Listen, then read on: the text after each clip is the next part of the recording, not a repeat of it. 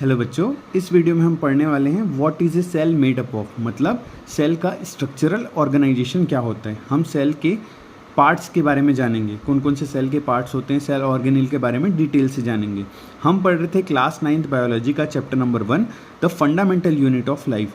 हमने जाना था सेल का डेफिनेशन और सेल की डिस्कवरी किसने की थी, डिस्कवरी ऑफ सेल देखे थे हम, और सेल थ्योरी को भी पढ़ चुके हैं इसकी पहली वाली वीडियो में। यूनिसेलुलर ऑर्गेनिज्म और मल्टी सेलुलर ऑर्गेनिज्म को डिटेल में जाना था। आज हम पढ़ने वाले हैं what is a cell made of, मतलब सेल के स्ट्रक्चरल ऑर्गेनाइजेशन के बारे में जानते हैं। तो चलो स्टार्ट करते हैं। देखो बच्चों, हम जानते हैं कि जो सेल होते हैं स्मॉलेस्ट लिविंग यूनिट होते हैं किसी ऑर्गेनिज्म के, मतलब सबसे छोटी यूनिट किसी लिविंग ऑर्गेनिज्म में पाई जाती है, वो क्या होता है, सेल। हम जान रहे ना। अब देखो बात करें, all cell have 3 thing in common no matter what type of cell they are. मतलब कोई किसी भी टाइप के सेल हों, उनमें 3 चीज़ें हमेशा कॉमन होगी। सबसे पहला क्या है, all cell have a cell membrane. मतलब हर एक सेल के पास एक सेल मेम्ब्रेन होता है। अब ये सेल मेम्ब्रेन क्या है, देखो एक रफ डायग्राम से समझते हैं हम। जैसे ये हो गया सेल, ये एक सेल है, तो सेल के ऊपर एक आउटर मोस्ट कवरिंग होती है जिसको हम बोलते हैं सेल मेम्ब्रेन। एक कवरिंग होती है, उसको बोलते हैं सेल मेम्ब्रेन। सेल मेम्ब्रेन का काम क्या रहता है, ये थिन होता है, इलास्टिक होता है और सेलेक्टिवली परमिएबल होता है। मतलब सेल मेम्ब्रेन क्या करता है, सेल के अंदर जितने भी सब्सटेंस है, मटेरियल है, उनको सेल से बाहर नहीं जाने देता और बाहर से अंदर कोई सब्सटेंस को नहीं आने देता। मतलब ये सेपरेट करके रखता है। सेलेक्टिवली परमिएबल है, मतलब सेलेक्टिवली चीज़ों को अंदर से बाहर और बाहर से अंदर आने देता है। तो सेल मेम्ब्रेन हर एक टाइप के सेल में पाया जाता है। सेकंड है साइटोप्लाज्म। अब साइटोप्लाज्म क्या होता है, तो देखो सेल मेम्ब्रेन, देखो ये एक सेल है, सेल के ऊपर सेल मेम्ब्रेन है। सेल मेम्ब्रेन के अंदर, मतलब सेल के अंदर सेल मेम्ब्रेन और एक न्यूक्लियस प्रेजेंट होता है। सेल मेम्ब्रेन और न्यूक्लियस के बीच की जगह को हम बोलते हैं साइटोप्लाज्म। ये क्या होता है, जेली लाइक फ्लूइड रहता है। समझना बात को। देखो अभी मैं एक ओवरव्यू दे रहा हूँ, बेसिक ओवरव्यू। हम एक एक चीज़ों को, जैसे सेल मेम्ब्रेन हो गया, न्यूक्लियस हो गया, जितने भी पार्ट्स ऑफ सेल हैं उनको हम डिटेल में पढ़ेंगे। लेकिन मैं अभी क्या है, एक बेसिक क्या ओवरव्यू दे रहा हूँ, ठीक है। तो अभी हम पढ़ रहे थे कि जो सेल होते हैं, किसी भी टाइप के सेल में 3 चीज़ें कॉमन होती है। एक होता है सेल मेम्ब्रेन। सेल मेम्ब्रेन के बारे में क्या बताया मैं, कि सेल के ऊपर एक आउटर मोस्ट कवरिंग होती है जिसको सेल मेम्ब्रेन बोलते हैं। ये थिन होता है, इलास्टिक होता है और सेलेक्टिवली परमिएबल होता है। क्या करता है ये बाहर के सब्सटेंस को और अंदर के सब्सटेंस को एक दूसरे से अलग बनाए रखता है ना। सेलेक्टिवली परमिएबल होता है, मतलब सेलेक्टिवली ही चीज़ों को अंदर बाहर आने जाने देता है, ठीक है। सेकंड बात होता है साइटोप्लाज्म। साइटोप्लाज्म क्या होता है, एक जेली लाइक फ्लूइड होता है। सेल मेम्ब्रेन और न्यूक्लियस के बीच में जो रीजन होता है वहाँ ये प्रेजेंट होता है, ये जेली लाइक फ्लूइड रहता है, ठीक है। और तीसरी चीज़ें होती है न्यूक्लियस। 3 चीज़ें हर एक सेल में कॉमन होता है। क्या क्या, एक सेल मेम्ब्रेन, ठीक है, सेल मेम्ब्रेन, ये सेल मेम्ब्रेन होता है, और ये साइटोप्लाज्म और एक होता है न्यूक्लियस, समझ में आया बात। ये 3 चीज़ें हर एक सेल में कॉमन होती है। एक और एडिशनल स्ट्रक्चर होता है, जैसे मैं बात करूं, ये एक एनिमल सेल का डायग्राम है समझो, क्योंकि प्लांट सेल में एक और कवरिंग होता है जिसको हम लोग बोलते हैं सेल वॉल, जो एनिमल सेल में प्रेजेंट नहीं रहता। एक बात ध्यान में रखना। तो 3 चीज़ें किसी भी सेल में कॉमन होती है, वो होता है साइटोप्लाज्म, सेल मेम्ब्रेन और न्यूक्लियस। समझ में आई बात, ठीक है। अब देखो बात करें हम सेल्स की, तो सेल्स के 2 ब्रॉड कैटेगरी होता है, मतलब 2 टाइप के सेल होते हैं। एक होता है प्रोकैरियोटिक सेल और एक होता है यूकैरियोटिक सेल। ध्यान से समझना, है ना। वैसे हम इसको डिटेल में पढ़ेंगे, लेकिन मैं बेसिक ओवरव्यू दे रहा हूँ। 2 टाइप के सेल होते हैं, एक होता है प्रोकैरियोटिक सेल और एक होता है यूकैरियोटिक सेल। मैं क्या बोला, प्रोकैरियोटिक और यूकैरियोटिक सेल, 2 टाइप के सेल होते हैं। अब देखो दोनों में डिफरेंस क्या है। जो प्रोकैरियोटिक सेल्स होते हैं उनमें वेल डिफाइंड न्यूक्लियस प्रेजेंट नहीं होता। क्या, वेल डिफाइंड जो न्यूक्लियस रहता है वो रहता है एब्सेंट। क्या रहता है, एब्सेंट होता है। Well defined nucleus prokaryotic cells में प्रेजेंट नहीं होता। लेकिन अगर हम बात करें यूकैरियोटिक सेल में, इनमें वेल डिफाइंड न्यूक्लियस प्रेजेंट होता है। इनका जो न्यूक्लियस होता है वो वेल डिफाइंड न्यूक्लियस होता है। समझ में आई बात। अब वेल डिफाइंड न्यूक्लियस का मतलब क्या, कि एक ऐसा न्यूक्लियस, हम जान रहे हैं कि सेल जो, देखो अगर मैं बात करूं, देखो ये सेल है, ये सेल है, सेल के अंदर एक न्यूक्लियस का स्ट्रक्चर होता है। तो वेल डिफाइंड न्यूक्लियस का मतलब न्यूक्लियस के ऊपर एक न्यूक्लियर मेम्ब्रेन प्रेजेंट होता है, तो हम बोलते हैं कि वेल डिफाइंड न्यूक्लियस प्रेजेंट है।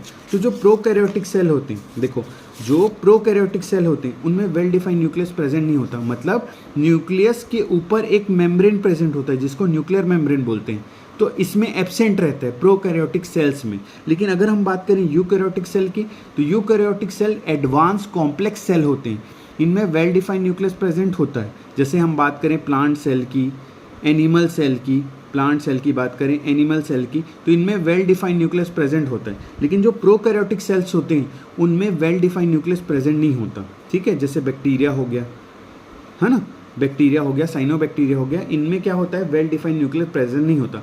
तो ये एक बेसिक बात थी कि सेल्स जो होते हैं, दो टाइप के सेल होते हैं, क्या क्या, एक प्रोकैरियोटिक सेल और यूकैरियोटिक सेल, ठीक है। अब नेक्स्ट बात करते हैं पार्ट्स ऑफ सेल की।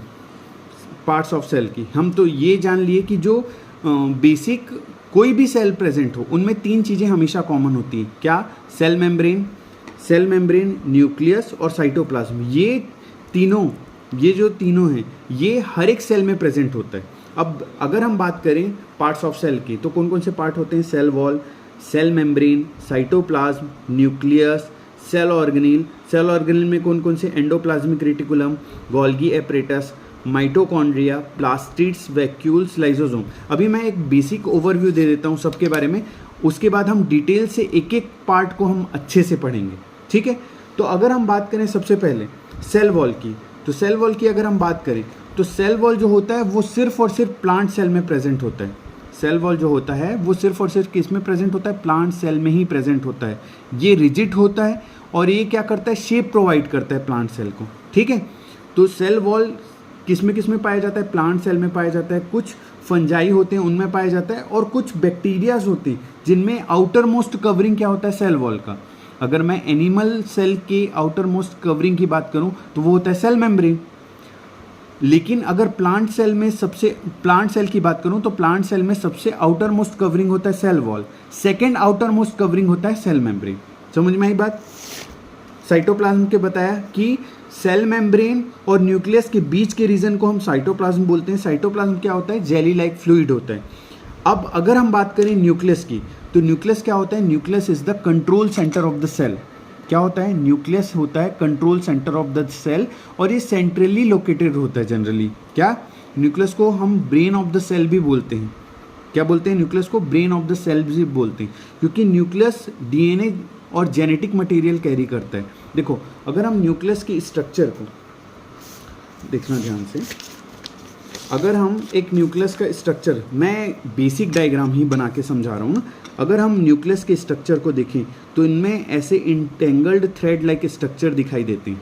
न्यूक्लियस के अंदर अगर हम ध्यान से देखें, न्यूक्लियस का अगर स्ट्रक्चर देखें, ये न्यूक्लियस किस में है, सेल के अंदर है ना, ये न्यूक्लियस किस में है, सेल के अंदर, और सेल के ऊपर क्या रहता है, आउटर मोस्ट कवरिंग भी रहता है। मैं एक बेसिक न्यूक्लियस की बात करूँ, न्यूक्लियस को अब जब हम ध्यान से देखेंगे ना तो इसमें एक इंटेंगल्ड थ्रेड लाइक स्ट्रक्चर दिखाई देगा हमको। इसको हम लोग बोलते हैं क्रोमेटिन फाइबर बोलते हैं। क्या बोलते हैं हम लोग, क्रोमेटिन फाइबर।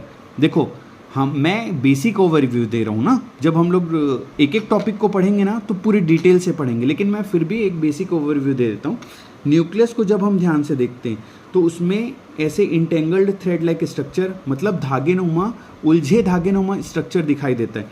इसको हम लोग बोलते हैं क्रोमेटिन फाइबर। क्या बोलते हैं हम लोग, क्रोमेटिन फाइबर। यही क्रोमेटिन फाइबर जो होते हैं, जब सेल डिवाइड करता है, सेल डिवीज़न का टाइम आता है, तो ये क्या करते हैं, अपने आप में एक डेफिनेट स्ट्रक्चर बना लेते हैं, जिनको हम बोलते हैं क्रोमोसोम। क्या बोलते हैं हम लोग, क्रोमोसोम। समझ में आई बात। तो न्यूक्लियस की बात करें हम, तो न्यूक्लियस जो होता है control centre of the cell बोलते हैं इसको।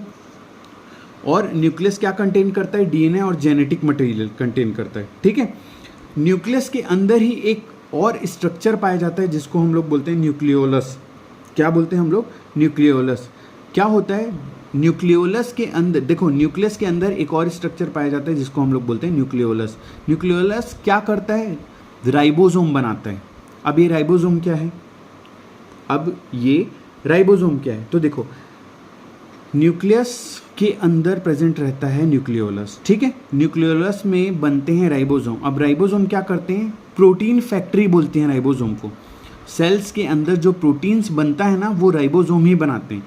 तो देखो क्या होता है कि न्यूक्लियस के अंदर जो न्यूक्लियोलस रहता है, वो जब राइबोसोम बनाता है तो राइबोसोम क्या करते हैं, न्यूक्लियस से बाहर आते हैं और साइटोप्लाज्म में फ्रीली घूमते रहते हैं। देखो ये न्यूक्लियस है, न्यूक्लियस के अंदर एक स्ट्रक्चर पाया जाता है जिसको हम न्यूक्लियोलस बोलते हैं।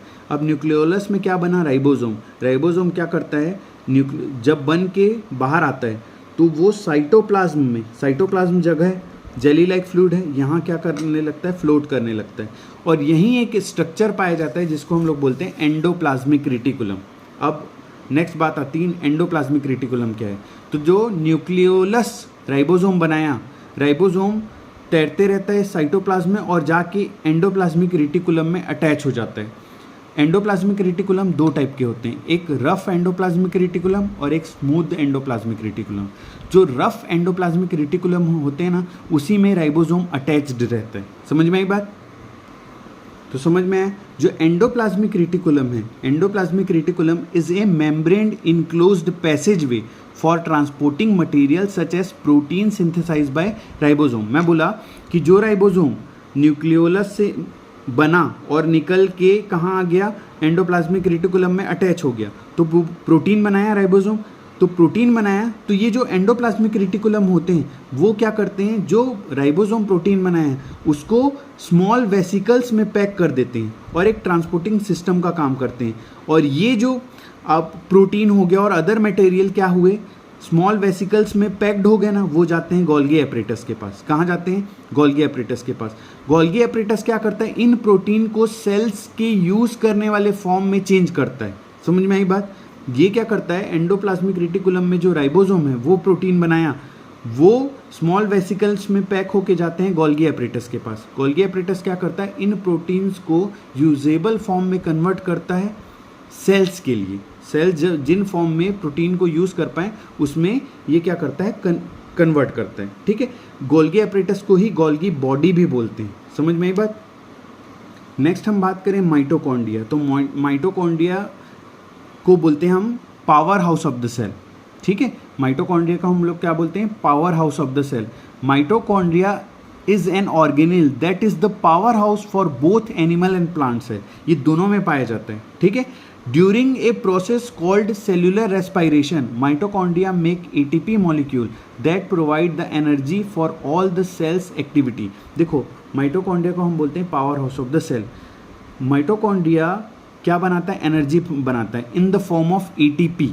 एटीपी क्या, एडिनोसाइन ट्राइफॉस्फेट, इसके फॉर्म में क्या करता है, एनर्जी बनाता है। किसी भी सेल्स के अंदर जितने नंबर ऑफ माइटोकॉन्ड्रिया होंगे उसमें उतनी ही ज़्यादा एनर्जी होगी। समझ में आई बात?